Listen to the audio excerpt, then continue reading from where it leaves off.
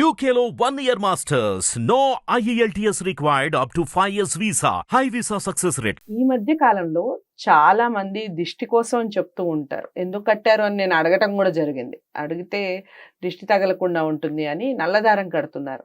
అమ్మాయిలకు కట్టడం చూసాం, ఇప్పుడు అబ్బాయిలకు కూడా కడుతున్నారు. అమ్మాయిలకైతే కుడికాలు, అబ్బాయిలకైతే ఎడంకాలు అని ఏదో సంథింగ్ అలా అమ్మాయికి ఎడంకాలు, అబ్బాయిలకు కుడికాలు అలా చెప్తూ ఉన్నారు. ఎందుకు అలా కట్టడం వల్ల వచ్చే ప్రయోజనం ఏంటి? నిజంగా దిష్టి పోతుందా నల్లదారం కడితే? దానికి సంబంధించి చెప్పండి. ఇది సుమారుగా ఒక 300 సంవత్సరాల నుంచి ఉన్నటువంటి చరిత్ర. అవునా? ఓకే.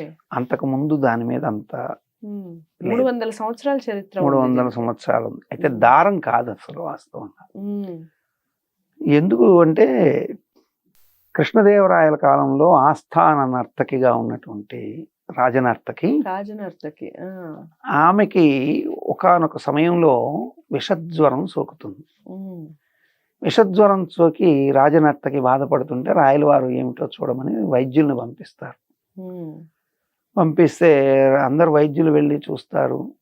విషజ్వరము అనేదే అవుతుంది కానీ విషజ్వరానికి కారణం తెలియట్లేదు. కారణాలు ఎతుకుతున్నారు. ఎతుకుతుంటే ఏమైనా ఆహారంలో తేడా జరిగిందని, ఆహారం ఏం తిన్నామని అడిగారు. మామూలు ఆహారమే తినింది, దాంట్లో లేదు. సో ఏదైనా బయట గాలిలో ఏమైనా వైరల్ ఇంపాక్ట్ ఇప్పుడు మనం అనుకోవాలంటే, నువ్వు చల్లగాలికి వెళ్ళావా లేకపోతే ఏదైనా వన విహారం చేసావా అని అడుగుతారు. అదేమీ లేదండి, నువ్వు ఎక్కడికి వెళ్ళలేదు, ఆ స్థానంలోనే ఉన్నాను. పోనీ పరాయి వ్యక్తులు ఎవరైనా వచ్చారా అని అడుగుతారు. పక్కనున్న చెలికెత్తలు ఎప్పుడు ఉన్నవారే తప్ప వేరే వాళ్ళు ఎవరు రాలేదు. వీరికి ఆఖరికి ఒక దోషం, ఒక ఆలోచన వస్తుంది. రాజనర్తకి కదా, ఎవరైనా ఈమె మీద మోహపడి ఎవరైనా వచ్చి సంగమ దోషం ఏమైనా జరిగిందా అని అది కూడా అడుగుతారు. అస్సలు అటువంటిది ఏమీ లేదు అంట. అప్పుడు ఆఖరుగా ఈమెకి ఏం జరిగిందని ఆలోచించి చూస్తే జాతక స్థితిని ఎతుకుతారు. ఎతికినప్పుడు దృష్టి దోషాల కింద కనబడుతుంది. సో ఈమె రాజనర్తకిగా ఉన్నప్పుడు ఆమె ఆస్థానంలో నృత్యం చేసే సమయంలో విషవాక్కు, విషలగ్నము, విష నక్షత్రాల్లో పుట్టిన వాడి దృష్టి తగిలింది.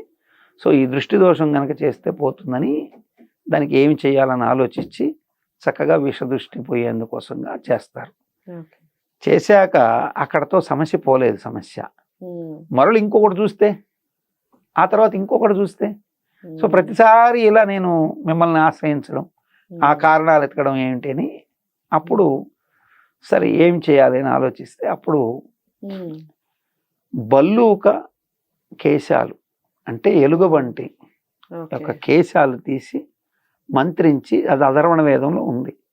బల్లూక కేశాలని యుద్ధంలోకి పోయేవాళ్ళు తాడులాగా పేని నడుంకు కట్టుకొని విజయం కోసం గాను, శత్రువులను నిగ్రహించే దానికోసం గాను, సమ్మోహనం కలిగించే వాళ్ళ నుంచి వ్యతిరేకంగా, అంటే యుద్ధంలో మారణ మంత్ర మోహన శక్తులు ఎన్ని పనిచేస్తాయి. సో మోహనాస్త్రం కొట్టచ్చు, లేదా వాడు మోహం కలిగించే పదార్థాలు వేయచ్చు, నెగిటివ్ ఎనర్జీస్ రాకుండా ఉండేందుకోసం అడిగితే అప్పుడు ఆ బల్లూక తాడుని కట్టి ఈమెకి ఎడం కాలు కట్టారు.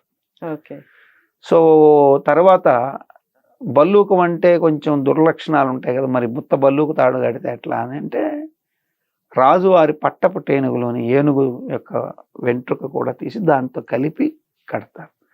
సో అది ఆనాటి నుంచి అలా కట్టి ఆనవాయితీగా వస్తూ వచ్చిందని.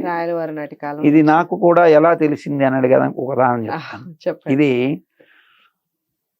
నేను ఒకసారి ఒక ఆయుర్వేద వైద్యులు, రాయల వంశంలోని ఆయుర్వేద వైద్యుడు, ఆయన పేరు కూడా రాయల్ రాయల్ రాయల్ అని వస్తుంది. ఇప్పటికి కూడా వాళ్ళ పిల్లల పేర్లు అమర్నాథ్ రాయలు, శ్రీనివాస రాయలు అని ఉన్నారు. సో వాళ్ళ టెరిటరీలో వంశంలో వచ్చినటువంటి అతన్ని నేను మాట్లాడుతున్నప్పుడు నేను దృష్టి దోషాలు పోయేదానికి ఏం చేయాలంటే బల్లూక తాడు కట్టుకోండి అని చెప్పాను. ఎలుగుబంటు తాడు బొచ్చు తెప్పించి దాన్ని పేని దానిలో కట్టుకోండి అని చెప్పి, వెంట్రుకలు తెచ్చి చక్కగా పేని దాని నడుంకు కట్టుకుంటే కొంచెం దృష్టి దోషాలు, నెగిటివ్ ఎనర్జీస్ పోతాయంటే అప్పుడు ఆయన దాని గురించి రాజనర్తకి ఇలా కట్టారని చెప్పి మాకు గ్రంథాల్లో కొన్నిట్లో ఉందని ఆయన చెప్పాడు, నాకు తెలియదు. సో అక్కడ విన్నది ప్రకారం 500 సంవత్సరం కిందట ఇలా జరిగింది. సో తర్వాత చూస్తే కూడా తర్వాత కూడా ఇది కట్టిన తర్వాత కూడా దీనికి ఆధారం ఎక్కడ కనపడుతుందంటే పల్లెల్లోకి ఇది వరకు ఎలుంగుడ్డు తీసుకొని సాయిబులు వచ్చేవారు. ఎలుగుబంటిని తీసుకొని ఎలుంగుడ్డు అంటారు. యాక్చువల్గా ఎలుగుబంటిని కొన్ని ప్రాంతాల్లో ఎలుంగుడ్డు అంటారు. ఎలుంగుడ్డు సాయిబులు అని ఉండేవాళ్ళు. ఇప్పుడు నెల్లూరు ప్రాంతాల్లో నేను ఉన్నప్పుడు అక్కడికి ఆ ఎలుగుబంటి సాయిబు దాన్ని ఆడిస్తూ ఊళ్ళో వాళ్ళకి రక్ష కలగడం కోసం దాన్ని పోచుని కొంత తీసి అది వెంట్రుకలు అది చక్కగా పేని దండలా చేసి వాళ్ళకి పసిపిల్లలకి వాళ్ళకి నడుముకు లేదంటే కాళ్ళకి కట్టేవాడు. సో తర్వాత ఏనుగుకి సంబంధించినటువంటి వెంట్రుకల్ని చక్కగా ఉంగరాలు చేయించి చేతికి బ్రాస్లెట్ లాంటివి చేయించి కూడా పెట్టేవారు. ఇప్పుడు ఇదిగోండి ఇది యాక్చువల్గా ఇది కొన్ని సంవత్సరాలకు పూర్వం అంటే ఈ నిషేధ చట్టాలు లేనప్పుడు సాక్షాత్ శ్రీ వెంకటేశ్వర స్వామి వారి యొక్క పట్టపుటేనుగు ఎంట్రుక రాలి కింద పడితే దాన్ని తెచ్చుకొని నేను ఉంగరం కట్టించాను. సో ఇలాంటి ఇది లక్ష్మీప్రదం అని నమ్ముతారు, నెగిటివ్ ఎనర్జీస్ రావని. సో అలా ఒక ట్రెడిషన్ వచ్చింది. తర్వాత ఈ వన్యప్రాణి సంరక్షణ చట్టాలు అవి వచ్చిన తర్వాత దానికంటే ఈయన ఎక్కడ లేక వీళ్ళు ఏం చేస్తున్నారంటే ఇప్పుడు ఒక నల్లదారం వేసి కట్టుకుంటున్నారంటే. సో ఇది మొత్తానికైతే నెగిటివ్ ఎనర్జీస్ ఆపేందుకు కోసం కడుతుంది. కానీ నల్లదారం కట్టుకోవడం వల్ల కాదు, వాస్తవం అయితే అటువంటివి ఎలుగుబంటి యొక్క వెంట్రుకలు ఇప్పుడు కూడా దొరుకుతాయి. ఎందుకంటే మనం వాటిని హింసించి తీసుకోకూడదు. అవి ఒక్కొక్కసారి చనిపోయినప్పుడు ఫారెస్ట్ వాళ్ళకి చెప్పి పెడితే అన్ని ఎవరో చనిపోయి పూడ్చిపెట్టబోయే ముందు ఇస్తారు. మనం వెళ్ళి అప్లికేషన్ పెట్టుకుంటే వాళ్ళు సశాస్త్రీయంగా పక్కగా ఆధారాలతో ఇస్తారు. అంటే వాళ్ళే ఇచ్చారనుకోండి మళ్ళీ కేసులు ఇరుక్కోకూడదు కదా. సో వీడియో తీసి ఇది చనిపోయిందని డిసైడ్ చేసి మనకి ఇస్తారు. కాకపోతే తెచ్చుకోవడం కొంచెం కష్టం. నేను కొంతమందికి తెప్పించి ఇచ్చిన సందర్భాలు ఉన్నాయి. ఛత్తీస్గఢ్ ఫారెస్ట్లోంచి కానీ, ఒరిస్సా ఫారెస్ట్లోంచి కానీ, మధ్యప్రదేశ్ ఫారెస్ట్లో అక్కడక్కడ మన తిరుపతిలోని ఫారెస్ట్ తిరుమల ధర్మగిరి వేద పాఠశాల దగ్గర అక్కడ ఎలుగుబంట్లు సంచరిస్తుంటాయి. అవి తాళ్ళు తీసుకొని వేసుకునేవాడు. సో ఆ తాళ్ళు క్రమేణా తెచ్చుకునే పద్ధతులు ఉంటాయి. చట్టాన్ని గౌరవించాలి, శాస్త్రం వాళ్ళు పెట్టిన ప్రభుత్వ దాన్ని గౌరవించాలి. వన్యప్రాణులకు హాని కలిగించని రీతిలో తీసేవాళ్ళు వాళ్ళు కూడా. సో అవి నిజంగా అలా కట్టుకునేవాళ్ళు. సో అదైతే మాత్రం ఖచ్చితంగా నెగిటివ్ ఎనర్జీస్ని తగ్గించింది అనేది ప్రూవ్డ్ అయిన సత్యం.